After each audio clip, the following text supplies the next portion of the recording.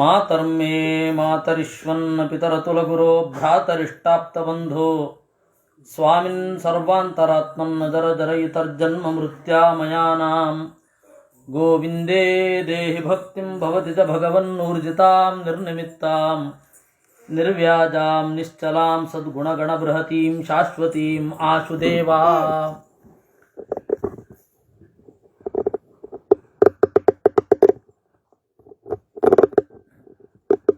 ನಾರಾಯಣಂ ನಮಸ್ಕೃತ್ಯ ನರಂ ಚೈವ ನರೋತ್ತಮಂ ದೇವೀಂ ಸರಸ್ವತೀಂ ವ್ಯಾಸಂ ತತೋ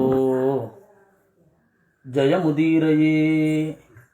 ವಿಜಾನತಾಂ ಅವಿತ್ತಸ್ಯ ಮಧ್ವಸ್ಯ ಜಗತಿ ಗುರೋಃ ಪೂರ್ವಾಚಾರ್ಯಮಹಿಷ್ಠಾನಾಂ ಇಯಂ ಪ್ರಣತಿಮಾಲಿಕಾ.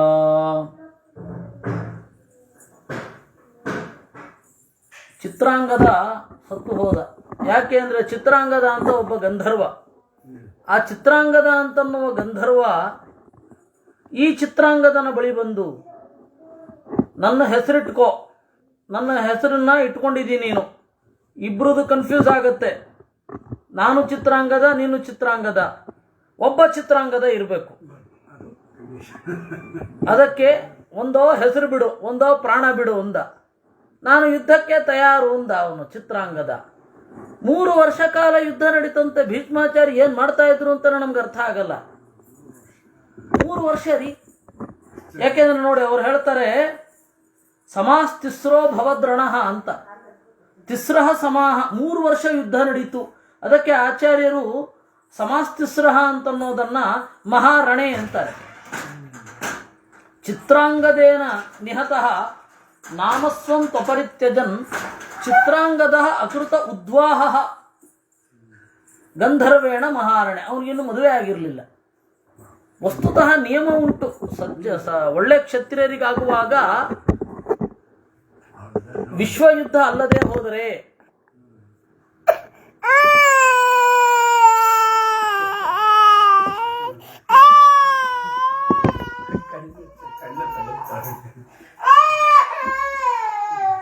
ಅವನು ರಾಜಕುಮಾರ, ಅವನಿಗೆ ಮಕ್ಕಳಿಲ್ಲದೆ ಹೋದರೆ ಅವನನ್ನು ಕೊಲ್ಲಬಾರದು ಅಂತ ಉಂಟು. ಯಾಕೆಂದ್ರೆ ನಮ್ಮ ದ್ವೇಷದಲ್ಲಿ, ವೈಯಕ್ತಿಕವಾದ ದ್ವೇಷದಲ್ಲಿ ರಾಜ್ಯ ಅನಾಥ ಆಗಬಾರದು ಅಂತ ಬಹಳ ಒಳ್ಳೆ ಕಾನ್ಸೆಪ್ಟ್ಗಳಿವೆ. ಈ ಆಂಥ್ರೋಸೆಂಟ್ರಿಕ್ ಎಥಿಕ್ಸ್ ಅಂತನ್ನುವ ಕಾನ್ಸೆಪ್ಟ್ ಬಂದು, ಆಂಥ್ರೋಸೆಂಟ್ರಿಕ್ ಅಂತಂದರೆ ಕೇವಲ ಮನುಷ್ಯ ಕೇಂದ್ರಿತವಾದ ನೀತಿ. ಇವತ್ತು ಪರಿಸರ ಎಲ್ಲ ಹಾಳಾಗಿ ಮನುಷ್ಯರಿಗೂ ಸರಿಯಾಗಿ ಬೆಲೆ ಕೊಡದೆ ಹೋಗ್ತಾ ಇದ್ದಾರೆ. ಇವತ್ತಾಗಿರೋದು. ಅವತ್ತು ಹಾಗಲ್ಲ. ಅದು ಆ ಎಥಿಕ್ಸ್ ಅಂತನ್ನುವುದು ಇದೆಯಲ್ಲ, ಅದು ಬಹಳ ಸೊಗಸಾಗಿ ಬಹಳ ಪ್ರಬಲವಾಗಿ ಇದೆ. ಯಾಕೆ ಅಂತಂದರೆ ಅದರ ಹಿಂದೆ ಬಹಳ ಕಾರಣಗಳಿದೆ. ಭಾರತೀಯ ತತ್ವಶಾಸ್ತ್ರದಲ್ಲೇ ಆಗಲಿ, ಎಲ್ಲೇ ಆಗಲಿ, ಈ ಅಭಿಮಾನಿ ದೇವತೆಗಳು, ಪ್ರಕೃತಿ ಒಂದು ದೇವತೆ, ಮುಂದಿನ ಜನಾಂಗ ಅದನ್ನು ಚೆನ್ನಾಗಿಟ್ಕೊಳ್ಬೇಕು ಇತ್ಯಾದಿ ಏನು ಕಾನ್ಸೆಪ್ಟ್ ಇದೆಯಲ್ಲ, ಅದು ನೀತಿಯನ್ನು ಒಳ್ಳೆ ದಾರಿಯಲ್ಲಿ ನಡೆಸ್ತದೆ. ಹೀಗಾಗಿ ರಾಜನೊಬ್ಬ ಎದುರಾಳಿ ರಾಜನನ್ನು ಕೊಲ್ಲಬೇಕಾದ್ರೆ ಮಗ ಇರಬೇಕು. ಮಗ ಇದ್ದು ಅವನನ್ನು ಕೊಂದ್ರೆ ಮಗ ಮುಂದುವರಿಸ್ಕೊಂಡು ಹೋಗ್ತಾನೆ. ಮಗ ಇಲ್ಲದೆ ಕೊಂದ್ರೆ ಅವಾಗ ಜಾಗ ಎಲ್ಲ ಆಕ್ರಮಿಸ್ಕೊಳ್ಳೋದೆಲ್ಲ ಇತ್ತು. ಆದರೆ ಅಲ್ಪ ಪ್ರಮಾಣದಲ್ಲಿ.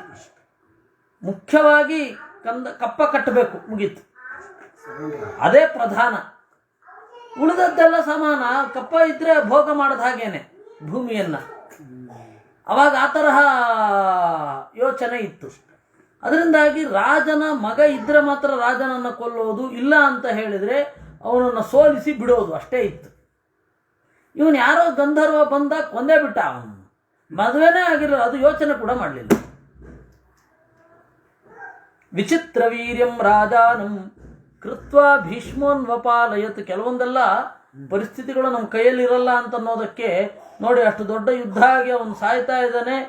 ಭೀಷ್ಮಾಚಾರ್ಯರು ಬರಲೇ ಇಲ್ಲ. ಅವ್ರಿಗೆ ಏನು ಮಾಡಿದ್ರು ಅಂತ ಎಲ್ಲೂ ಹೇಳಲ್ಲ. ಮಹಾಭಾರತದಲ್ಲೂ ಹೇಳಲ್ಲ, ಇಲ್ಲೂ ಹೇಳಲ್ಲ, ತಾತ್ಮನಿರ್ಣಯದಲ್ಲೂ ಹೇಳಲ್ಲ. ಅಷ್ಟ್ಯಾಕೆ ಉದಾಸೀನರಾಗಿದ್ರು ಅವರು, ಅಥವಾ ಇವ್ರ ಗಮನಕ್ಕೆ ಬರೋದ್ರೊಳಗಡೆ ಅವ್ನು ಸತ್ತೋದ್ನೋ. ಅಥ ಕಾಶಿ ಸುತಾಸ್ತಿಸ್ರಃ ತದರ್ಥಂ ಭೀಷ್ಮ ಆಹರತ್. ವಿಚಿತ್ರ ವೀರ್ಯನನ್ನ ರಾಜನನ್ನಾಗಿ ಮಾಡಿದ ಭೀಷ್ಮಾಚಾರ್ಯ, ಮತ್ತೆ ಬೇರೆ ದಾರಿ ಇಲ್ಲ. ಅವನನ್ನು ಕೂಡಿಸಿ ಇವರೇ ರಾಜ್ಯಭಾರ ಮಾಡಿದ, ಯಾಕೆಂದ್ರೆ ಅಷ್ಟು ಪುಟ್ಟ ಹುಡುಗ ಅವನು. ಆಮೇಲೆ ಮದುವೆ ಮಾಡಬೇಕು. ಮದುವೆಗೆ ಅವನಿಗೆ ಹೋಗಿ ಆ ಸ್ವಯಂವರದಲ್ಲಿ ಗೆದ್ದು ಒಂದು ಹೆಣ್ಣನ್ನು ತರುವ ಶಕ್ತಿ ಇದೆಯೋ ಇಲ್ವೋ ಪರೀಕ್ಷೆ ಮಾಡಲಿಕ್ಕೆ ಕೂಡ ಹೋಗಲಿಲ್ಲ ಭೀಷ್ಮಾಚಾರ್ಯ, ಸೀದಾ ಅವರೇ ನುಗ್ಗಿಬಿಟ್ರು. ಅಥ ಕಾಶಿ ಸುತಾಸ್ತಿಸ್ರಃ ತದರ್ಥಂ ಭೀಷ್ಮ ಆಹರತ್ ಅಂಬಾಮಪ್ಯಂಬಿಕಾ ನಾಮ್ನಿ ತಥೈವಾಂಬಾಲಿಕಾಂ ಪರಾಂ ಪಾಣಿಗ್ರಹಣ ಕಾಲೇ ತು ಬ್ರಹ್ಮದತ್ತಸ್ಯ ವೀರ್ಯವಾನ್. ಅಥ ಕಾಶಿ ಸುತಾಸ್ತಿಸ್ರಃ, ಕಾಶಿರಾಜನ ಮಗಳು. ಕಾಶಿರಾಜನಿಗೆ 3 ಜನ ಮಗಳಂದಿರಿದ್ರು. ಅದು ಕಾಶಿ ಪ್ರಾಯ 3 ಭಾಗ ಇತ್ತು ಅಂತ ಕಾಣುತ್ತೆ. ಒಂದರಲ್ಲಿ ಪೌಂಡ್ರಕ ವಾಸುದೇವ, ಇನ್ನೊಬ್ಬ ಕಾಶಿ ಅಂತ ಹೇಳಿ ಬರ್ತಾನೆ, ಅವನು ಭೀಮನ ಮಾವ, ಹೆಣ್ಣು ಕೊಟ್ಟ ಮಾವ. ಕಾಶಿರಾಜನ ಮಗಳು ಕಾಳಿ ಅಂತ ಒಬ್ಳು ಇದ್ಲು. ಆ ಕಾಳಿಯ ಗಂಡ ಭೀಮ. ಅದರಿಂದಾಗಿ ಆ ಕಾಶಿ ಪ್ರಾಯ ಬೇರೆ ಇರಬೇಕು. ಅವನೇನಾದರೂ ಪೌಂಡ್ರಕ ವಾಸುದೇವನ ಕಡೆಯವನಾಗಿದ್ದರೆ ಭೀಮನಿಗೆ ಖಂಡಿತ ಕೊಡ್ತಾ ಇರಲಿಲ್ಲ. ಹೀಗೆ 3 ಕಾಶಿಯಲ್ಲಿ ದೊಡ್ಡ ಭಾಗ 3 ಇರಬೇಕೇನೋ. 3 ಕಾಶಿ ರಾಜ್ಯ ಅಂತ ಕರಿತಾ ಇದ್ರು ಅಂತ ಅನ್ನಿಸುತ್ತೆ. ಪ್ರಬಲವಾದ ಪ್ರೂಫ್ ನೀವು ಕೇಳಬೇಡಿ. ನೋಡ್ತಾ ಇದ್ರೆ, ಮಹಾಭಾರತದ ಕಥೆಯನ್ನು ನೋಡ್ತಾ ಇದ್ರೆ ಇರಬಹುದೇನೋ ಅಂತ ಅನ್ಸತ್ತೆ. 3 ಇಲ್ಲ ಅಂದ್ರೂ 2 ಅಂತೂ ಇದ್ದೇ ಇರುತ್ತೆ ಕಾಶಿ ರಾಜ್ಯ. ಒಂದು ಪೌಂಡ್ರಕ ವಾಸುದೇವನು ಕಾಶಿರಾಜನ ಮಗನೇ, ಅಂದರೆ ಮಗಳ ಮಗ, ಅವನು ಈಗಾಗಲೇ ಇದ್ದ. ಅವನು ಇನ್ನೊಬ್ಬ ಕಾಶಿರಾಜ ಇದ್ದ, ಅದು ಇವನು ಅಂತ ಕಾಣುತ್ತೆ. ಆಮೇಲೆ ಭೀಮನ ಹೆಂಡತಿ ಯಾವ ಕಾಶಿ ರಾಜ್ಯದವಳು ಅಂತ ಗೊತ್ತಿಲ್ಲ, ಪ್ರಾಯ ಇಲ್ಲಿಯೇ ಅವಳು ಬಂದಿರಬೇಕು. ನಮಗೆ ಇದೆಲ್ಲ ಗೊತ್ತಿಲ್ಲ.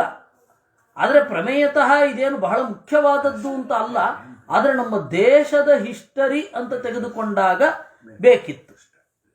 ಒಂದು ದೇಶದ ಇತಿಹಾಸ ಅಂತ ತೆಗೆದುಕೊಂಡಾಗ ಬೇಕಿತ್ತು. ಇರಲಿ, ನಾವು ಮುಂದೆ ಹೋಗೋಣ. ಆ ಕಾಶಿಯ ಮಕ್ಕಳು 3 ಜನ, ಅಂಬಾ, ಅಂಬಿಕಾ, ಅಂಬಾಲಿಕಾ ಅಂತ.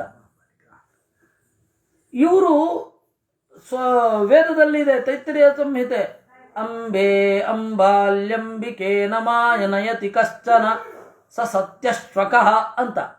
ಶುಕ್ಲಯಜುರ್ವೇದದಲ್ಲಿಯೂ ಇದೆ ಇವರ ಹೆಸರು. ಅಂಬೆ ಅಂಬಾಲ್ಯಂಬಿಕೆ ನಮಾಯಭತಿ ಕಶ್ಚನ ಸ ಸತ್ಯಶ್ವಕಃ ಅಂತ ಅಶ್ಲೀಲ ಸೂಕ್ತದ ಪ್ರಸಂಗದಲ್ಲಿ ಬರ್ತದೆ.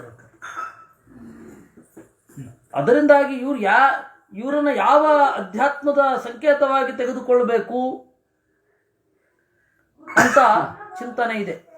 ಈ ವಿಚಾರದಲ್ಲಿ ನಮ್ಮ ಸ್ವಲ್ಪ ಹಿಂದೆ ಹೋಗೋದಾದರೆ, ನಮ್ಮ ದಿಲೀಪ್ ರತ್ನಾಕರರು ಹೇಳ್ತಾ ಇದ್ದಾರೆ, ಈಗಲೂ ಕಾಶಿರಾಜನ ಅರಮನೆ ಗಂಗೆಯ ಇನ್ನೊಂದು ಬದಿಯಲ್ಲಿ, ಅಂದರೆ ರಾಮನಗರ ಅಂತ ಅಲ್ಲಿ ಕರೀತಾರೆ. ಅಲ್ಲೊಂದು ರಾಮನಗರ ಇದೆ. ಇದು ಕ್ಲೋಸ್ ಪೇಟೆ, ಇತ್ತೀಚೆಗೆ ರಾಮನಗರ ಆಗಿದ್ದು. ಈಗ ಚನ್ನಪಟ್ಟಣದ ಪಕ್ಕದಲ್ಲಿ ಇದೆಯಲ್ಲ, ಅದು ಕ್ಲೋಸ್ ಅಂತನ್ನುವ ಒಬ್ಬ ದಿವಾನ ನಿರ್ಮಿಸಿದ್ದು. ಅದು ಕ್ಲೋಸ್ ಪೇಟೆ. ಮೈಸೂರು ರಾಜರು ಬೆಂಗಳೂರಿಗೆ ಬರುವಾಗ ಮಧ್ಯದಲ್ಲಿ ಒಂದು ಕಡೆ ಬಿಡಾರ ಹಾಕ್ತಾ ಇದ್ರು, ಅದು ಬಿಡದಿ. ಅದರಿಂದಾಗಿ ಈ ರಾಮನಗರ ಅರ್ವಾಚೀನ, ಅದು ಪ್ರಾಚೀನ ರಾಮನಗರ, ಕಾಶಿ ದೇಶದಲ್ಲಿ ಇರೋದು. ಅಲ್ಲೊಂದು ಕಾಶಿರಾಜನ ಅರಮನೆ ಇದೆ. ಹೀಗಾಗಿ 2 ಇರಬಹುದು, ವಾರಾಣಸಿ ಒಂದು, ಇನ್ನೊಂದು ಗಂಗೆಯ ಆಚೆ ಬದಿಯಲ್ಲಿರುವ ರಾಮನಗರದ್ದು ಅಂತ ಇದೆ. ಏನೇ ಆದರೂ 2 ಅಂತ ಆಗತ್ತೆ. 2 ಇನ್ನೂ ಒಂದು ತುಂಡು 3 ಅಂತ ಆಗಬಹುದು, ಆದರೆ 1 ಮಾತ್ರ ಅಲ್ಲ ಅಷ್ಟೇ. ಅಂಬಾಸಾ ಭೀಷ್ಮ ಭಾರ್ಯೈವ ವಿಜಿತ್ಯತಂ ಸಾಲ್ವರಾಜಂ. ಅವರು ಪಾಣಿಗ್ರಹಣ ಕಾಲೇತು ಬ್ರಹ್ಮದತ್ತಸ್ಯ, ನಿಶ್ಚಯ ಆಗೋಗಿತ್ತು ಬ್ರಹ್ಮದತ್ತ ಅನ್ನುವ ಸಾಲ್ವ ದೇಶದ ರಾಜನ ಕೈ ಹಿಡಿಯುವುದು ಅಂತ. ನೆಪಕ್ಕೆ ಮಾತ್ರ ಒಂದು ಸ್ವಯಂವರ ಮಾಡಿದ್ರು. ಅಂದರೆ ಆ 3 ಜನ ಹೆಣ್ಣು ಮಕ್ಕಳು ಒಬ್ಬೊಬ್ಬರದೇ ಹೆಸರು ಕೇಳಿಕೊಂಡು ಹೋಗಿ, ಅಂದರೆ ಅವರು ಬಯೋಡಾಟ ಹೇಳ್ತಾರೆ. ಇವರು ಇಂಥವರು, ಇಂತಹ ರಾಜರು ಇಂತಹ ಕೆಲಸ ಮಾಡಿದ್ದಾರೆ, ಈ ತರಹದ ದೇಶದವನ್ನು ಆಳ್ತಾ ಇದ್ದಾರೆ, ಅವರಿಗೆ ಇಷ್ಟು ಬಲ ಇದೆ ಅಂತ ಹೇಳಿ ಎಲ್ಲ ಹೇಳ್ತಾರೆ. ಅವರ ವೈಶಿಷ್ಟ್ಯಗಳನ್ನು ಹೇಳ್ತಾರೆ. ಅದನ್ನು ಮೆಚ್ಚುಗೆ ಆದರೆ ಹಾರ ಹಾಕ್ತಾರೆ. ಇದು ಕ್ರಮ, ಇದು ಸ್ವಯಂವರ. ಬಲ ಪ್ರದರ್ಶನ ಏನೂ ಇರಲಿಲ್ಲ. ಒಳಗಡೆಯಿಂದ ಒಳಗಡೆಗೆ ನಿಶ್ಚಯ ಆಗಿ ಹೋಗಿದೆ, ಬ್ರಹ್ಮದತ್ತನನ್ನೇ ಮದುವೆಯಾಗುವುದು ಅಂತ. ತೀರಾ ಎಲ್ಲ ರಾಜರು ಬಂದಿರ್ತಾರೆ, ಒಂದು ಸ್ವಯಂವರ ಅಂತ ಮಾಡೋಣ ಅಂತ. ಸೀದಾ ಹೋಗಿ ಕಾಶಿರಾಜ ಅವ್ರಿಗೇನು ಕೊಡಲಿಲ್ಲ. ಅಪ್ಪ ನೀನು ಸ್ವಯಂವರಕ್ಕೆ ಬಾ, ನಿನ್ನೇ ಮದುವೆ ಆಗೋದು, ಎಲ್ಲರ ನಡುವೆ ನಿನಗೆ ಹಾರ ಹಾಕ್ತಾರೆ ಅಂತ ಆ ತರಹ ಹೇಳ್ಬಿಟ್ಟಿದ್ದ ಅವನು. ಹೀಗೆ ಅದು ಒಂಥರ ಅರೇಂಜ್ಡ್ ಲವ್ ಮ್ಯಾರೇಜ್ ಇದ್ದಾಗದು. ಅರೇಂಜ್ ಆಗೋಗಿದೆ, ಕನ್ಯೆಯ ಇಷ್ಟ ಅಂತ ಹೇಳಿ ತೋರಿಸೋದು. ಆ ಥರ ಏನೋ ಒಂಥರಹ ವಿಚಿತ್ರವಾದ ಸಿಚುಯೇಷನ್. ಬ್ರಹ್ಮದತ್ತನ ಪಾಣಿಗ್ರಹಣ ಕಾಲ, ಇನ್ನೇನು ಪಾಣಿಗ್ರಹಣ ಆಗಬೇಕು, ಬಂದ ಈ ಮುದುಕ ಎತ್ಕೊಂಡು ಹೋದ ಅಷ್ಟು ಜನರನ್ನ. ಪಾಣಿಗ್ರಹಣ ಕಾಲೇತು ಬ್ರಹ್ಮದತ್ತಸ್ಯ ವೀರ್ಯವಾನ್ ವಿಜಿತ್ಯ. ಪಾಣಿಗ್ರಹಣ ಕಾಲೇ ಅಂತಂದ್ರೆ ಇನ್ನೇನು ಪಾಣಿಗ್ರಹಣ ಆಗಬೇಕಿತ್ತು ಅಂತ ಅರ್ಥ ಅಲ್ಲ. ಪಾಣಿಗ್ರಹಣ ಆಗಲಿಕ್ಕೆ ಈ ಸ್ವಯಂವರ ಆಗಬಹುದಾಗಿದ್ದ ಸಂದರ್ಭದಲ್ಲಿ ಅಂತ ಅರ್ಥ. ಯಾಕೆಂದ್ರೆ ಪಾಣಿಗ್ರಹಣ ಕಾಲ ಅಂತ ಆಗುವಾಗ ಎತ್ಕೊಂಡು ಹೋಗ್ಲಿಕ್ಕೆ ಬರಲ್ಲ, ಅದು ಅನ್ಯಾಯ. ಏಕೆಂದ್ರೆ ಅದನ್ನ ಮಾಡಿ 3 ತಪ್ಪುಗಳನ್ನ ಮಾಡಿದ್ದಾನೆ ತ್ರಿಶಂಕು, ಹರಿಶ್ಚಂದ್ರನ ಅಪ್ಪ. ಆ ತ್ರಿಶಂಕು ಯಾಕೆ ಶಂಕು ಅಂದ್ರೆ ದೋಷ, ತ್ರಿಶಂಕು ಅಂತಂದ್ರೆ 3 ಪ್ರಬಲವಾದ ದೋಷವನ್ನು ಮಾಡಿದವ. ಅದರಲ್ಲಿ ಒಂದು ದೋಷ ಏನು ಅಂತಂದ್ರೆ ಸಪ್ತಪದಿ ಆಗಿದೆ, ಇನ್ನು ಪಾಣಿಗ್ರಹಣ ಆಗಿಲ್ಲ ಅಂತ ಎತ್ಕೊಂಡು ಹೋಗಿದ್ದ ಅವನು. ಅದು ಸಪ್ತಪದಿ ಮತ್ತೆ ಪಾಣಿಗ್ರಹಣ ಎರಡು ಅದನ್ನ ಹೆಂಗ್ ಬೇಕಾದ್ರೂ ಮಾಡಬಹುದು. ಪಾಣಿಗ್ರಹಣ ಮಾಡಿ ಸಪ್ತಪದಿಯನ್ನು ತುಳಿಯಬಹುದು, ಸಪ್ತಪದಿಯನ್ನು ತುಳಿದು ಪಾಣಿಗ್ರಹಣವನ್ನು ಮಾಡಬಹುದು. ಅದೆಲ್ಲ ಇಂಟರ್ಚೇಂಜಬಲ್. ಅದು ಇದಾದ್ಮೇಲೆ ಇದು ಅಂತನ್ಲಿಕ್ಕೆ ಏನು ಇದಿಲ್ಲ, ಏನು ಹೀಗೂ ಮಾಡಬಹುದು. ಅದರಿಂದಾಗಿ ಪಾಣಿಗ್ರಹಣ ಕಾಲ ಅಂದ್ರೆ ಎಲ್ಲ ಆಗೋಗಿದೆ, ಏನೇನು ಮದುವೆ ಆಗ್ಬೇಕಾದ್ರೆ ಅಂತ ಇಲ್ಲ ಅರ್ಥ ಮಾಡೋ ಹಾಗಿಲ್ಲ. ಮತ್ತೇನು ಇನ್ನೇನು ಸ್ವಯಂವರದಲ್ಲಿ ಆರಿಸಬೇಕು, ಆ ಸಂದರ್ಭದಲ್ಲಿ ಈ ಮುದುಕ ಬಂದು ಎತ್ಕೊಂಡು ಹೋದ 3 ಜನರು, ಎಲ್ಲರನ್ನು ಸೋಲಿಸಿದ. ಯುದ್ಧದಲ್ಲಿ ವಿಜಿತ್ಯತಂ ಸಾಲ್ವರಾಜಂ ಸಮೇತಾನ್ ಕ್ಷತ್ರಿಯಾನಪಿ ಅಂಬಿಕಾಂಬಾಲಿಕೆ ತತ್ರ ಸಂವಾದಂ ಚಕ್ರತುಶುಭೇ. ಅವರನ್ನ ಗೆದ್ದು, ಸಾಲ್ವರಾಜನನ್ನ ಗೆದ್ದು ಹೋದ. ಮತ್ತೆ ಸಾಲ್ವರಾಜಾದಿಗಳೆಲ್ಲ ಆಯುಧಗಳನ್ನು ಧರಿಸಿ ಇನ್ನೊಮ್ಮೆ ಅಡ್ಡಗಟ್ಟಿದ್ರು. 2ನೇ ಬಾರಿನೂ ಸೋಲಿಸಿ, 2ನೇ ಬಾರಿ ಇಲ್ಲಿ ಹೇಳಲಿಲ್ಲ, ಯಾಕೆಂದ್ರೆ ಆ ನಿರ್ಣಯ ಕೊಡ್ಲಿಕ್ಕೆ ಹೊರಟಿರೋದಲ್ವ ಆಚಾರ್ಯರು. ಕಥೆಯನ್ನು ವಿಸ್ತಾರವಾಗಿ ನೀವು ಅಲ್ಲಿ ನೋಡ್ಬೇಕು. ಮಹಾಭಾರತದಲ್ಲಿ ನಿರ್ಣಯ ಕೊಡ್ಲಿಕ್ಕೆ ಹೊರಟಿದ್ದಾರೆ. ಕಥೆಯ ಸಂದರ್ಭವನ್ನು ಹೇಳ್ತಾ ಎಲ್ಲಿ ತಿಳ್ಕೊಳ್ಬೇಕಾದ ಅಂಶ ಇದೆ ಅಲ್ಲಿ ಹೇಳ್ತಾರೆ, ವಿವರವಾಗಿ ಹೇಳಲ್ಲ. ಸಾಲ್ವರಾಜನನ್ನ ಗೆದ್ದು ಆ ಅಂಬಿಕಾ, ಅಂಬಾಲಿಕೆ ಮತ್ತೆ ಅಂಬೆ 3 ಜನರನ್ನ ತಗೊಂಡು ಹೊರಟ. ಅಂಬಿಕಾ ಅಂಬಾಲಿಕೆ ತತ್ರ ಸಂವಾದಂ ಚಕ್ರತುಶುಭೇ. ಅಂಬಿಕಾ ಮತ್ತು ಅಂಬಾಲಿಕೆ ಅಲ್ಲಿ ಸಂವಾದವನ್ನ ಮಾಡಿದ್ರು, ಅಂದ್ರೆ ಮದುವೆ ಆಗಿಬಿಟ್ರು. ಆಯ್ತು, ಗೆದ್ದವನ ಸೊತ್ತು ತಾನೇ. ಅವನು ಗೆದ್ದು ಹೋಗಿದ್ರೆ ಅವನ ಸೊತ್ತಾಗ್ತಾ ಇದ್ವಿ, ಇವನು ಗೆದ್ದುಕೊಂಡು ಹೋಗಿದ್ದೇನೆ, ಇವನು ಯಾರು ಕೊಡ್ತಾರೋ ಅವರು ಸೊತ್ತಾಗ್ತೀವಿ ಅಂತ ಅವರಿಗೆ ಒಂದು ಪರ್ಪಸ್ಸೇ ಇರಲಿಲ್ಲ. ಇಂಥವನನ್ನೇ ಮದುವೆ ಆಗಬೇಕು ಅಂತ ಇರಲಿಲ್ಲ, ಅವರು ಪರ್ಟಿಕ್ಯುಲರ್ ಆಗಿರಲಿಲ್ಲ. ಅದಕ್ಕೆ ಏನು ಮಾಡಿದ್ರು, ವಿಚಿತ್ರ ವೀರ್ಯನನ್ನ ಮದುವೆ ಆಗಿಬಿಟ್ರು. ಅಂಬಾಸಾ ಭೀಷ್ಮ ಭಾರ್ಯೈವ ಪೂರ್ವದೇಹೇ ತು ನೈಚ್ಛತ ಶಾಪಾಧಿರಣ್ಯ ಗರ್ಭಸ್ಯ ಸಾಲ್ವಕಾಮಾಹಮಿತ್ಯಪಿ. ಅಂಬಾ ಇದ್ದಾಳಲ್ಲ, ಭೀಷ್ಮನ ಹೆಂಡತಿ, ಅವಳು ಪೂರ್ವದೇಹದಲ್ಲಿ ಭೀಷ್ಮನ ಹೆಂಡತಿ. ಅದರಿಂದಾಗಿ ಭೀಷ್ಮನ ಹೆಂಡತಿ ಅಂತ. ಅಂಬಾಸಾ ಭೀಷ್ಮ ಭಾರ್ಯ ಎಲ್ಲಿ ಇಲ್ಲಲ್ಲ, ಪೂರ್ವದೇಹದಲ್ಲಿ. ಅವಳಿಗೆ ಇಷ್ಟ ಆಗಲಿಲ್ಲ, ನಾನು ಮದುವೆ ಆಗೋಲ್ಲ ಅಂದು. ಅಲ್ಲಿ ಯಾಕೆಂದ್ರೆ ಶಾಪಾಧಿರಣ್ಯ ಗರ್ಭಸ್ಯ, ಬ್ರಹ್ಮದೇವರ ಶಾಪ ಇತ್ತು. ಏನು ಹೇಳುದು, ಸಾಲ್ವಕಾಮ ಅಹಂ, ನಾನು ಸಾಲ್ವನನ್ನ ಬಯಸುತ್ತೇನೆ ಅಂತ ಅಂದ್ಬಿಟ್ಟು. ಉವಾಚ ತಾಂ ಸತತ್ಯಾಜ ಸಾಗಮತ್ ಸಾಲ್ವಮೇವ ಚ ತೇನಾಪಿ ಸಂಪರಿತ್ಯಕ್ತ ಪರಾಮೃಷ್ಟೇತಿ ಸಾ ಪುನಃ.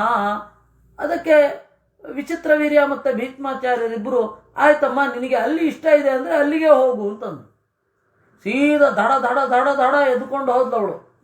ಅಲ್ಲಿಗೆ ಹೋದರೆ ಅವನು ಬೇರೆಯವರು ಎತ್ಕೊಂಡು ಹೋಗಿದ್ದಾರೆ, ನಿನ್ನನ್ನು ಮುಟ್ಟಲ್ಲ ಅಂದ್ಬಿಟ್ಟ. ಪರಾಮೃಷ್ಟ ಇತಿ ತೇನಾಪಿ ಸಂಪರಿತ್ಯಕ್ತ.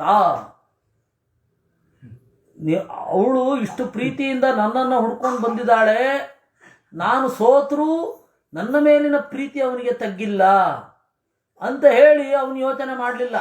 ಬೇರೆಯವರು ಮುಟ್ಟಿದ್ದಾರೆ, ನಾಳೆ ಸಮಾಜದಲ್ಲಿ ನನ್ನ ಕೀರ್ತಿ ಏನಾಗಬೇಡ.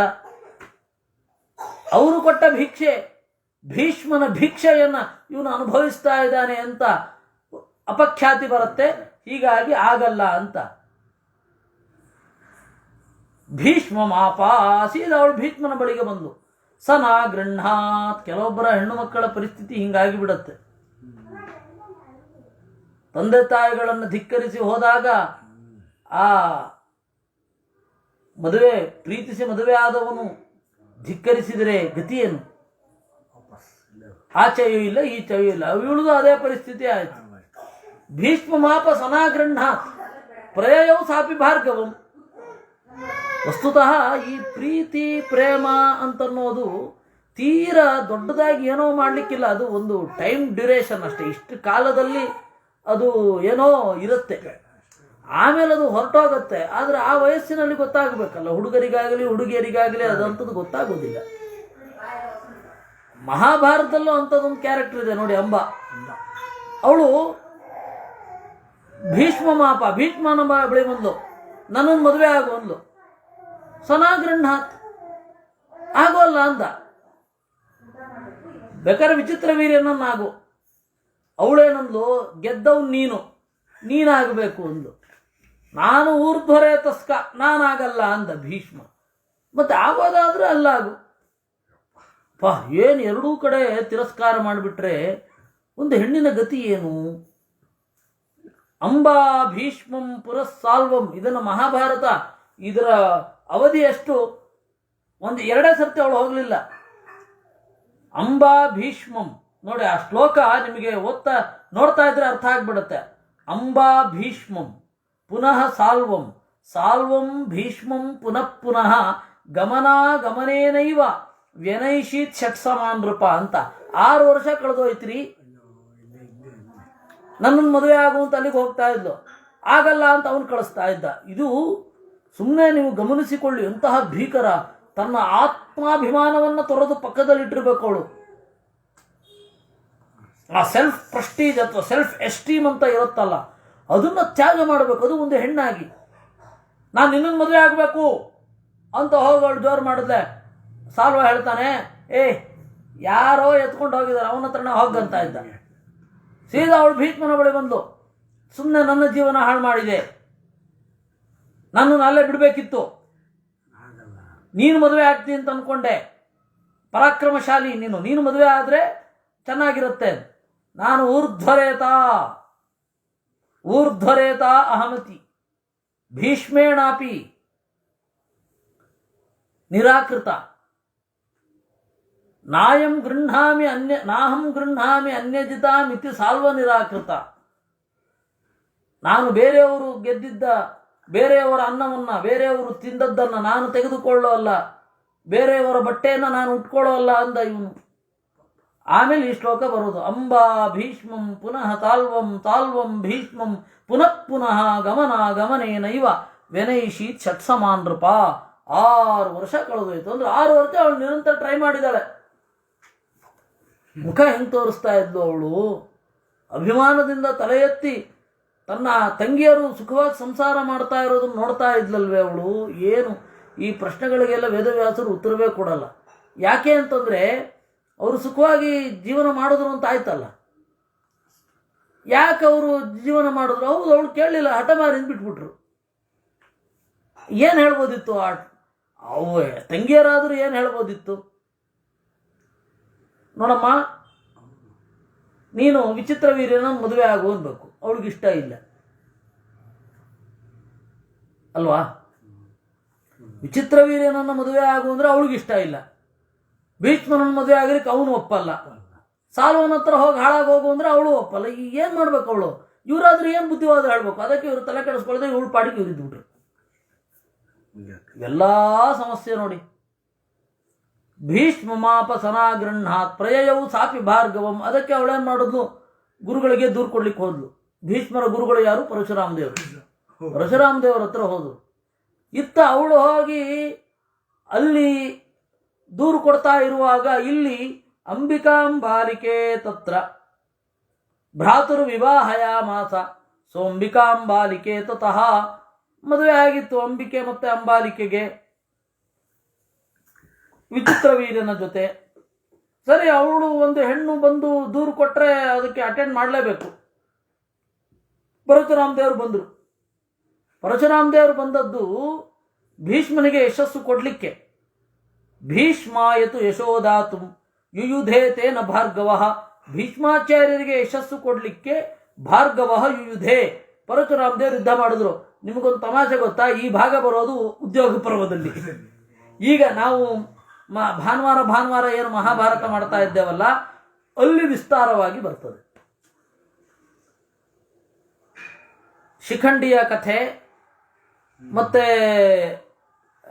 ಈ ಭೀಷ್ಮ ಮತ್ತು ಪರಶುರಾಮ ದೇವರ ಯುದ್ಧದ ಕಥೆ ವಿಸ್ತಾರವಾಗಿ ಬರೋದು ಉದ್ಯೋಗ ಪರ್ವದಲ್ಲಿ. ಈ ಆದಿಪರ್ವದಲ್ಲಿ ಯುದ್ಧದ ಕಥೆ ಸಂಕ್ಷಿಪ್ತವಾಗಿ ಬರುತ್ತೆ. ಏನು ಸೋತರು, ಈಗ ಭೀಷ್ಮರು ಗೆದ್ರು, ಸೋಲಿಲ್ಲ, ಅಷ್ಟೇ ಬರುತ್ತೆ. ಅದೆರಡನ್ನು ಕ್ಲಬ್ ಮಾಡಿದ್ರು ಆಚಾರ್ಯರು, ಯಾಕೆಂದ್ರೆ ಕಥೆಗೆ ಅನುಕೂಲ ಅಲ್ವಾ, ಅದಕ್ಕೆ ಅದನ್ನು ಉಕ್ಷಣ ಅಂತ ಹೇಳಿದ್ದು. ನೀವು ಉದ್ಯೋಗ ಪರ್ವಕ್ಕೆ ಹೋದ್ರೆ ಫ್ಲಾಶ್ ಬ್ಯಾಕ್, ಇದು ಆದಿಪರ್ವ ನೋಡ್ಬೇಕು, ಏನಾಯ್ತು ಭೀಷ್ಮಾಚಾರ್ಯರ ಕಥೆ ಅಂತ ಅಲ್ಲಿ ಜೋಡಿಸ್ಕೊಳ್ಬೇಕು. ಆಚಾರ್ಯ ಏನು ಮಾಡಿದ್ರು, ಇಲ್ಲೇ ಹೇಳಿದ್ರು ಅದನ್ನು. ಭೀಷ್ಮಾಯತು ಯಶೋದಾತು ಯುಯುಧೇ ತೇನ ಭಾರ್ಗವ. ಭೀಷ್ಮರಿಗೆ ಯಶಸ್ಸನ್ನು ಕೊಡ್ಲಿಕ್ಕಾಗಿ ಭಾರ್ಗವ ತೇನ ಯುಯುಧೇ, ಪರಶುರಾಮ ದೇವರು ಯುದ್ಧ ಮಾಡಿದರು. ಅನಂತ ಶಕ್ತಿರಪಿ ಸಹ ನ ಭೀಷ್ಮಂ ನಿಜಘಾನಃ. ಅನಂತ ಶಕ್ತಿಯಾದರೂ ಭೀಷ್ಮರನ್ನ ಕೊಲ್ಲಲಿಲ್ಲ. ನಚಾಂಬಾಂ ಗ್ರಾಹಯ ಮಾಸ ಭೀಷ್ಮ ಕಾರುಣ್ಯಯಂತ್ರಿತ. ಅಂಬೆಯನ್ನು ಮದುವೆಯಾಗುವಂತೆಯೂ ಮಾಡಲಿಲ್ಲ, ಯಾಕೆಂದ್ರೆ ಭೀಷ್ಮರ ಮೇಲಿನ ಕಾರುಣ್ಯ ಪರಶುರಾಮ ದೇವರಿಗಿತ್ತು. ಅದೆಂಥದ್ದು ಈಗ ಏನು ಗೊತ್ತಾ, ಹೊರಗಡೆಯಿಂದ ಸೋಲಿಸಿ ಭೀಷ್ಮರನ್ನ ಮದುವೆಯಾಗುವಂತೆ ಮಾಡಬೇಕಿತ್ತು. ವೇದವ್ಯಾಸರು ಹಾಗೆ ಮಾಡಲಿಲ್ಲ. ಯಾಕೆಂದ್ರೆ ಭೀಷ್ಮಾಚಾರ್ಯರಿಗೆ ಯಶಸ್ಸು ನೀಡಬೇಕಿತ್ತು. ಯಾರಿಂದಲೂ ಸೋಲದ ವೀರ, ಪ್ರತಿಜ್ಞೆಯನ್ನು ಬಿಡದ ಛಲವಂತ ಅಂತ. ವಸ್ತುತಃ ಛಲ ಅಂತನ್ನೋದು ನಮ್ಮಲ್ಲಿ ಇರುವಂಥದ್ದು. ಕನ್ನಡದಲ್ಲಿ, ಸಂಸ್ಕೃತದಲ್ಲಿ ಛಲ ಅಂತಂದ್ರೆ ಮೋಸದ ಮಾತಿನವ ಅಂತ. ಮೋಸದ ಮಾತನ್ನು ಛಲ ಅಂತ ಕರೀತಾರೆ. ಛಲ ಅಲ್ಲ, ಧೃತಿ, ನಿಷ್ಠೆ. ಒಂದಕ್ಕೆ ಅಂಟಿಕೊಂಡ ಮೇಲೆ ಅದರಿಂದ ಕಿತ್ತುಕೊಳ್ಳದೇ ಇರುವುದನ್ನ ಧೃತಿ ಅಂತ ಕರೀತಾರೆ. ಆ ನಿಷ್ಠೆಯನ್ನ ಭೀಷ್ಮಾಚಾರ್ಯರದ್ದು ಅಂತ ಪ್ರಚಾರ ಮಾಡಿಸಿದ. ಅಲ್ಲ, ಹೊರಗಡೆ ಯಾಕೆ ಯುದ್ಧ ಮಾಡಬೇಕಿತ್ತು? ಒಳಗಡೆಯೇ ಪ್ರೇರಣೆ ಮಾಡಿದ್ರೆ ಆಗಿರೋದಲ್ಲ. ಮುಗಿದಾಯ್ತು.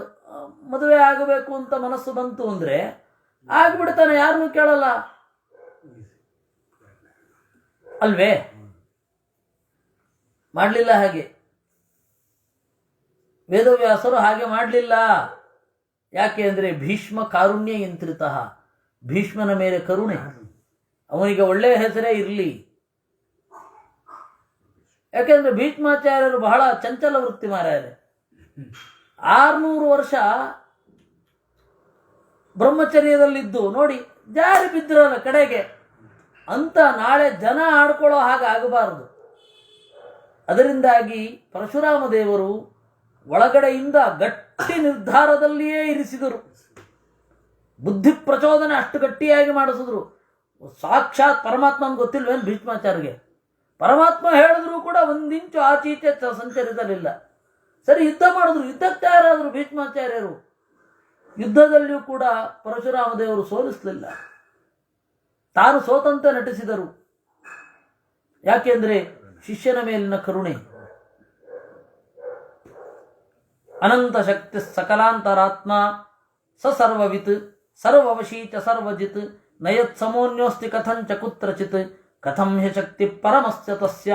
ದೇವರು ಅನಂತ ಶಕ್ತಿ, ಸಕಲ ಅಂತರಾತ್ಮ, ಎಲ್ಲರ ಅಂತರ್ಯಾಮಿ, ಎಲ್ಲವನ್ನ ತಿಳಿದವನು, ಎಲ್ಲವನ್ನ ತನ್ನ ನಿಯಂತ್ರಣದಲ್ಲಿ ಇರಿಸಿಕೊಂಡವನು, ಎಲ್ಲವನ್ನು ಗೆದ್ದವನು. ನ ಯತ್ಸಮಃ ಅನ್ಯಃ ಅಸ್ತಿ, ಅವನಿಗೆ ಸಮರಾದವರು ಇನ್ನೊಬ್ಬರು ಇಲ್ಲ, ಎಲ್ಲಿಯೂ ಇಲ್ಲ. ಅಂತಹ ಪರಮಾತ್ಮನಿಗೆ ಅಶಕ್ತಿ ಎಲ್ಲಿಂದ?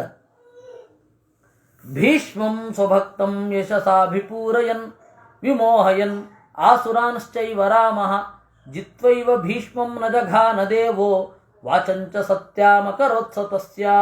ತನ್ನ ಭಕ್ತನಾದ ಭೀಷ್ಮನನ್ನ ಯಶಸ್ಸಿನಿಂದ ತುಂಬಿಸಿ, ಅಂದರೆ ಕೀರ್ತಿ, ಆ ಕೀರ್ತಿ ಅವನಿಗೆ ದೊರೆಯಬೇಕು ಎಂದು ಆಸುರಾನ್ ವಿಮೋಹಯನ್, ಸೈಮಲ್ಟೇನಿಯಸ್ಲಿ ಜೊತೆಗೆ ಅಸುರರನ್ನ ಮೋಹಗೊಳಿಸುವಂತೆ ಮಾಡಿ ಭೀಷ್ಮರನ್ನ ಗೆದ್ದು ನಜಘಾನ ಕೊಲ್ಲಲಿಲ್ಲ. ವಾಚಂಚ ಸತ್ಯಾಮಕರೋತ್ಸತಸ್ಯ, ಅವನ ಮಾತನ್ನ ಸತ್ಯವನ್ನಾಗಿಯೂ ಮಾಡಿಕೊಂಡ. ಅವನ ಮಾತು ಹೇಗೆ ಸತ್ಯ ಆಯಿತು? ನಿನ್ನನ್ನ ಭೀಷ್ಮನ ಜೊತೆ ಸೇರಿಸ್ತೇನೆ ಅಂತ ಅನ್ನೋ ಇಲ್ವೋ, ಇದೇ ರೂಪದಲ್ಲಿ ಅಂತ ಹೇಳಿದ್ದ. ಅವನು ಮುಂದೆ ಮೂಲ ರೂಪವನ್ನು ಸೇರಿದಾಗ ನೀನು ಅವನ ಹೆಂಡತಿಯಾಗಿಯೇ ಇರ್ತೀಯ ಅಂತ. ಹೀಗೆ ಎಲ್ಲವೂ ಆಯಿತು. ಅದರಿಂದಾಗಿ ಒಂದು ಮಾತಿನ ಸತ್ಯಾಸತ್ಯತೆಗಳನ್ನು ನೋಡುವಾಗ ಅನೇಕ ಕಾಲದ ಪರ್ಯವೇಕ್ಷಣೆ ನಮಗೆ ಬೇಕಾಗತ್ತೆ. ಇನ್ನು ದೇವರ ಮಾತನ್ನು ನೋಡಬೇಕಾದ್ರೆ ಆ ಮಾತು ಮತ್ತೆ ಕಾಲ, ಅದರ ಪರಿಗಣನೆಯನ್ನು ಮಾಡಬೇಕು. ಯಾಕೆಂದ್ರೆ ದೇವರ ಒಂದೊಂದು ಮಾತು ಅನಂತ ಕಾಲಕ್ಕೆ ಸಂಬದ್ಧವಾಗೇ ಇರ್ತದಲ್ವಾ. ಅದನ್ನೆಲ್ಲವನ್ನೂ ಯೋಚನೆ ಮಾಡಬೇಕು. ವಿದ್ಧವನ್ ಮುಗ್ಧವಚ್ಚೈವ ಕೇಶವೋ ವೇದನಾರ್ಥವತ್ ದರ್ಶಯನ್ನಪಿ ಮೋಹಾಯ ನೈವ ವಿಷ್ಣುಸ್ತಥಾ ಭವೇತ್. ಹೊಡೆತ ತಿಂದವನ ಹಾಗೆ, ತಿಳಿಯದವನ ಹಾಗೆ, ನೊಂದವನ ಹಾಗೆ ಕೇಶವ ತನ್ನನ್ನು ತೋರಿಸಿಕೊಂಡಾನು. ಆದರೆ ನಿಜವಾಗಿಯೂ ಹಾಗೆ ಇರುವುದಿಲ್ಲ. ಏವಮಾದಿ ಪುರಾಣೋತ್ತಮ್, ಇವೇ ಮೊದಲಾದ ಪುರಾಣದಲ್ಲಿ ಹೇಳಿದ ಮಾತಿನಿಂದ ರಾಮ ಪರಶುರಾಮ ಸದಾ ಜಯಿ, ಯಾವಾಗಲೂ ವಿಜಯಿಯೇ ಆಗಿರ್ತಾನೆ. ಯಶೋ ಭೀಷ್ಮಸ್ಯ ದತ್ವಾತು ಸೋಂಬಾಂಚ ಶರಣಾಗತಾಂ ಉನ್ಮುಚ್ಯದ ಭರ್ತೃದ್ವೇಷೋತ್ಥಾತ್ ಪಾಪಾತ್ತೇನ ಆಶ್ವಯೋಜಯತ್. ಯಶೋ ಭೀಷ್ಮಸ್ಯ ದತ್ವ, ಇದು ಪುರಾಣದ ಮಾತು. ಆ ಪುರಾಣದ ಮಾತನ್ನ ಉಲ್ಲೇಖ ಮಾಡಿದ್ದಾರೆ ನಮ್ಮ ಗುರುಗಳು.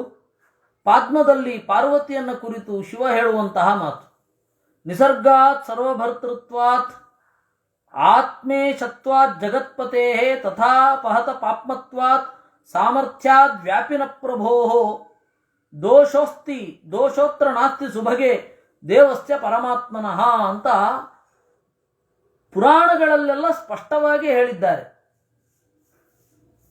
ದೇವರು ಮಾತು ತಪ್ಪುವುದು ಅಂದರೆ ಅದು ಸುಮ್ಮನೆ, ದೇವರು ಸೋಲುವುದು ಅನ್ನೋದು ವಿಡಂಬನೆ. ವಿಡಂಬನೆ ಅಂದರೆ ಅನುಕರಣೆ ಮಾಡೋದು, ಬೇರೊಬ್ಬರನ್ನು ಅನುಕರಿಸಿದಂತೆ ಮಾಡಿ ಸೋಲುವುದು. ಮನುಷ್ಯರು ಸೋತಂತೆ ಸೋಲುವುದು ಅಂತ ಅರ್ಥ. ವಿಡಂಬನ ಅಂದರೆ ಅನುಕರಣೆ. ಎಲ್ಲರೂ ವಿಡಂಬನೆ ವಿಡಂಬನೆ ಅಂತಾರೆ. ವಿಡಂಬನ ಅನ್ನೋ ಶಬ್ದಕ್ಕೆ ಏನರ್ಥ? ಅನುಕರಣೆ. ಯಶೋ ಭೀಷ್ಮಸ್ಯ ದತ್ವಾತು ಸೋಂಬಾಂಚ ಶರಣಾಗತಾಂ. ಆಮೇಲೆ ಭೀಷ್ಮನಿಗೆ ಹೀಗೆ ಕೀರ್ತಿಯನ್ನು ಕೊಟ್ಟ. ಮತ್ತೆ ಅಂಬಯ್ಯ ಗತಿ ಏನಾಯಿತು? ದೇವರು ಪರಿಗ್ರಹಿಸಿದ್ರಿಂದ ಭರ್ತೃದ್ವೇಷೋತ್ಥಾತ್ ಪಾಪಾತ್ ಉನ್ಮುಚ್ಯ. ಗಂಡನನ್ನು ದ್ವೇಷ ಮಾಡಿದರೆ ಏನು ಪಾಪ ಬರುತ್ತೆ, ಆ ಪಾಪದಿಂದ ಬಿಡುಗಡೆ ಮಾಡಿದ ದೇವರು. ಎಂತಹ ಕರುಣೆ! ಅವಳಿಗೂ ನ್ಯಾಯವನ್ನು ಒದಗಿಸಿದ್ದಾನೆ. ಯಾಕೆಂದ್ರೆ ಗಂಡನನ್ನ ದ್ವೇಷ ಮಾಡೋದು ಅಂತ ಹೇಳಿದರೆ ಅದರಂತಹ ಸಮಸ್ಯೆ ಇನ್ನೊಂದಿಲ್ಲ.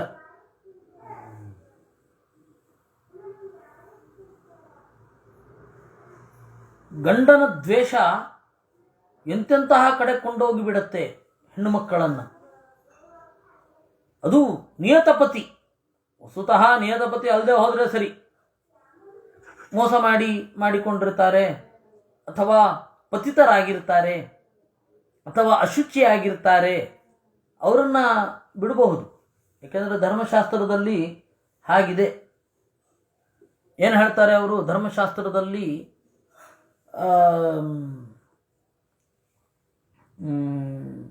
ಧರ್ಮಶಾಸ್ತ್ರದ ಮಾತು, ನಷ್ಟೇ ಮೃತೆ ಪ್ರವ್ರಜಿತೆ ಕ್ಲೀಬೆ ಚ ಪತಿತೆ ಅಶುಚೌ ಪಂಚಸ್ವಾಪತ್ಸು ನಾರೀಣಾಂ ಪತಿರನ್ಯೋ ವಿಧೀಯತೆ ಅಂತ. ನಷ್ಟೇ ಕಳೆದು ಹೋದರೆ, ಇನ್ನು ಮಕ್ಕಳು ಚಿಕ್ಕವರು, ಟಕ್ಕ ಕಳೆದು ಹೋಗ್ತಾನೆ, ಅವನು ಎಲ್ಲಿಂದ ಹುಡ್ಕೋದು, ಬೇಕಂತ ಮನೆ ಬಿಟ್ಟು ಹೋಗಿರ್ತಾನೆ. ನಷ್ಟೇ ಮೃತೆ, ಮದುವೆ ಆಗಿರುತ್ತೆ, ಇನ್ನೂ ಸಂಪರ್ಕ ಆಗಿರಲ್ಲ, ಸತ್ತೋಗ್ತಾನೆ. ಅಥವಾ ಸಂಪರ್ಕ ಆಗಿರುತ್ತೆ, ಸತ್ತೋಗ್ತಾನೆ. ಏನು ಮಾಡೋದು? ಮಗು ಹುಟ್ಟಿರುತ್ತೆ, ಅವಾಗ ಮೃತೆ. ಪ್ರವ್ರಜಿತೆ, ಸನ್ಯಾಸ ತಗೊಂಡ್ಬಿಡ್ತಾನೆ. ಅವಾಗಲೂ ಬೇರೆ ವಿವಾಹ ಮಾಡಿಕೊಳ್ಳಿಕ್ಕೆ ಅವಕಾಶ ಉಂಟು ಹೆಣ್ಣು ಮಕ್ಕಳಿಗೆ. ಕ್ಲೀಬೆ, ನಪುಂಸಕನಾಗಿರ್ತಾನೆ. When he is an impotent, ಅವಾಗ ಬೇರೆ ಮದುವೆ ಮಾಡ್ಕೊಳ್ಳಿಕ್ಕೆ ಅವಕಾಶ ಉಂಟು. ಪತಿತನಾಗಿರ್ತಾನೆ, ಅತ್ಯಂತ ಕೆಟ್ಟ ರೀತಿಯಲ್ಲಿ ಅವನು ನಡೆದು ಕೆಟ್ಟದ್ದನ್ನು ಮಾಡಿ ಪತಿತನಾಗಿರ್ತಾನೆ, ಅತ್ಯಂತ ಕೆಟ್ಟ ಕೆಲಸ ಮಾಡಿರ್ತಾನೆ. ಬ್ರಹ್ಮಹತ್ಯೆಯೋ ಅಥವಾ ಗುರುದಾರ ಗಮನ, ಅವೆಲ್ಲ ದೊಡ್ಡ ದೊಡ್ಡ ದೋಷಗಳು. ಈ ಹಿನ್ನೆಲೆಯಲ್ಲಿ ಅವ್ರನ್ನೆಲ್ಲ ಇದ್ದಾಗ ಗಂಡನನ್ನು ಬಿಡಬಹುದು. ಪಂಚಸ್ಸು ಆಪತ್ಸು ನಾರೀಣ ಪತಿರನ್ಯೋ, ಈ 5 ಆಪತ್ತು ಇರಬೇಕು, ಅವಾಗ ಬೇರೆ ಮದುವೆ ಮಾಡ್ಕೊಳ್ಬಹುದು. ಇದು ಶಾಸ್ತ್ರದಲ್ಲಿ ಇರುವಂಥದ್ದು. ಹೀಗಾಗಿ ಈ ಯಾವ ಆಪತ್ತೂ ಇಲ್ಲದಿದ್ದರೆ ಬೇರೆ ತ್ಯಾಗ ಮಾಡಬಾರದು. ಅಂದರೆ ಮಾನುಷ ಸ್ತ್ರೀಯರಿಗೆ ಇದನ್ನು ಹೇಳ್ತಾ ಇರೋದು. ದೇವತಾ ಸ್ತ್ರೀಯರಲ್ಲೇ ಹಾಗಲ್ಲ, ಅವರು ಸ್ವರೂಪದಲ್ಲಿ ಉತ್ತಮನಾದವನೇ ಗಂಡನಾಗಿರ್ತಾನೆ. ಈ ಮನುಷ್ಯ ಲೋಕದಲ್ಲಿ ಸ್ವರೂಪದಲ್ಲಿ ಯಾರು ಮಿಗಿಲೋರಿರೋದಿಲ್ಲ, ಅವನನ್ನು ಮದುವೆ ಆಗಿರ್ತಾರೆ, ಗೊತ್ತಿರಲ್ಲ. ಯಾಕಂದ್ರೆ ಸ್ವರೂಪ ಯೋಗ್ಯತೆಯನ್ನು ಅಳೆಯುವ ಮಾನದಂಡ ನಮ್ಮ ಹತ್ರ ಏನಿಲ್ವಲ್ಲ. ಅದರಿಂದಾಗಿ ಈ ಮಾನುಷ ಲೋಕದಲ್ಲಿ ಹೆಣ್ಣು ಒಬ್ಬನನ್ನು ಮದುವೆ ಆಗಿದ್ದಾಳೆ ಅಂದರೆ ಅವನು ಸ್ವರೂಪದಲ್ಲಿ ಉಚ್ಚನಾಗಿರಬೇಕಾಗಿಲ್ಲ. ಯಾಕೆ ಅಂದರೆ ಗೊತ್ತಾಗಲ್ಲ ಅದು. ನಾವು ಇವತ್ತು ಏನು ಅಳಿತೇವೆ, ನಮ್ಮ ಪ್ಯಾರಾಮೀಟರ್ಸ್ ಎಲ್ಲವೂ ಕೂಡ ತಪ್ಪು. ಯಾಕಂದರೆ ನಮಗೆ ಅದು ಗೊತ್ತಿಲ್ಲ. ನಾವು ಒಂದು ಪ್ಯಾರಾಮೀಟರ್ ಸೆಟ್ ಮಾಡ್ಕೊಂಡಿರ್ತೀವಿ, ಹೀಗಿದ್ರೆ ಹೀಗಿರಬೇಕು ಅಂತ. ಎಲ್ಲ ಪ್ಯಾರಾಮೀಟರ್ಸು ತಪ್ಪಾಗಿರುತ್ತೆ. ಬೇಡ, ಗುರುಗಳನ್ನು ನೋಡುವಾಗ ಒಂದು ಪ್ಯಾರಾಮೀಟರ್ ಇಟ್ಕೊಂಡಿರ್ತೇವೆ, ಅದು ತಪ್ಪಾದರೆ ಏನು ತೊಂದರೆ ಇಲ್ಲ. ಯಾಕೆಂದರೆ ಅದು ನಮ್ಮ ಒಳಗಿನ ಬೆಳವಣಿಗೆಗೆ ತೊಂದರೆಯೇ ವಿನಃ ಹೊರಗಡೆ ಸಮಾಜದಲ್ಲಿ ನಿಂದನೆಗೊಳಗಾಗುವ ಪರಿಸ್ಥಿತಿ ಏನಿಲ್ಲ. ಇವಾಗ ಯಾವುದೋ ಗುರುಗಳಿದ್ರು, ಯಾವುದೋ ಗುರುಗಳನ್ನು ಸೇರಿಬಿಟ್ವಿ, ಅವ್ರು ಏನೇನೋ ಹೇಳಿದ್ರು, ತಪ್ಪೆಲ್ಲ ತುಂಬಿದ್ರು, ಅದೇನು ತೊಂದರೆ ಆಗಲ್ಲ. ಯಾಕೆಂದರೆ ಸಮಾಜದಲ್ಲಿ ಒಂದು ಖ್ಯಾತಿ ಅಂತಸ್ತು ಇದ್ದರೆ ಸರಿ, ಅದೇನು ತೊಂದರೆ ಇಲ್ಲ. ಅದು ದೇವರು ಯಾವಾಗ ಉದ್ಧಾರ ಮಾಡಬೇಕು ಅಂತಿರ್ತಾನೋ ಒಳ್ಳೆ ಗುರುಗಳನ್ನ ಕೊಡ್ತಾನೆ, ಅದ್ರ ಬಗ್ಗೆ ಏನು ಯೋಚನೆ ಬೇಡ. ಆದರೆ ಹೀಗಾಗಿ ಬಿಟ್ಟರೆ ನಾವು ಗಂಡನನ್ನು ಆರಿಸುವಾಗ ಅಥವಾ ಹೆಣ್ಣನ್ನು ಆರಿಸುವಾಗ ಏನೋ ಒಂದು ತಪ್ಪು ಮಾಡಿಬಿಡ್ತೇವೆ. ನಮ್ದು ಏನೇನೋ ಪ್ಯಾರಾಮೀಟರ್ಸ್ ಇರುತ್ತೆ, ಹೀಗಿದ್ರೆ ಕೊಡ್ತೀವಿ, ಹೀಗಿದ್ರೆ ಕೊಡಲ್ಲ, ಹೀಗಿದ್ರೆ ಸರಿ ಇರಲ್ಲ ಜೀವನ, ಅದೆಲ್ಲ ಉಲ್ಟಾ ಆಗೋಗಿರೋದು ಕಂಡಿರುತ್ತೆ. ಆದರೆ ಜನರಿಗೆ ಅದ್ರ ಮೇಲೆ ನಂಬಿಕೆ. ಅದರಿಂದಾಗಿ ಇವಾಗ ಬಿಡಿ, ಅವತ್ತಿನ ಕಾಲದಲ್ಲಿ ಅದು ನಿಯತ. ಅದರಿಂದಾಗಿ ಧರ್ಮಶಾಸ್ತ್ರ ಇವ್ರಿಗೆ ಅನ್ವಯಿಸುತ್ತೆ. ನಷ್ಟೇ ಮೃತೆ ಪ್ರವ್ರಜಿತೆ ಕ್ಲೀಬೇಚ ಪತಿತೆ ಶುಚೌ ಪಂಚಸ್ವಾಪತ್ಸು ನಾರೀಣಾಂ ಪತಿರನ್ಯೋ ವಿಧೀಯತೆ ಅಂತನ್ನುವ ಧರ್ಮಶಾಸ್ತ್ರದ ಮಾತು ಮಾನುಷ್ಯ ಸ್ತ್ರೀಯರಿಗೆ ಅನ್ವಯಿಸುತ್ತೆ. ಇಲ್ಲಿ ಅಕಸ್ಮಾತ್ ಭರ್ತೃದ್ವೇಷ ಇದ್ರೂ ಕೂಡ ಅಥವಾ ಭರ್ತೃ ಪರಿತ್ಯಾಗ ಅಂತನ್ನೋದು ಸಕಾರಣವಾಗಿದ್ರೆ ದೋಷ ಅಲ್ಲ.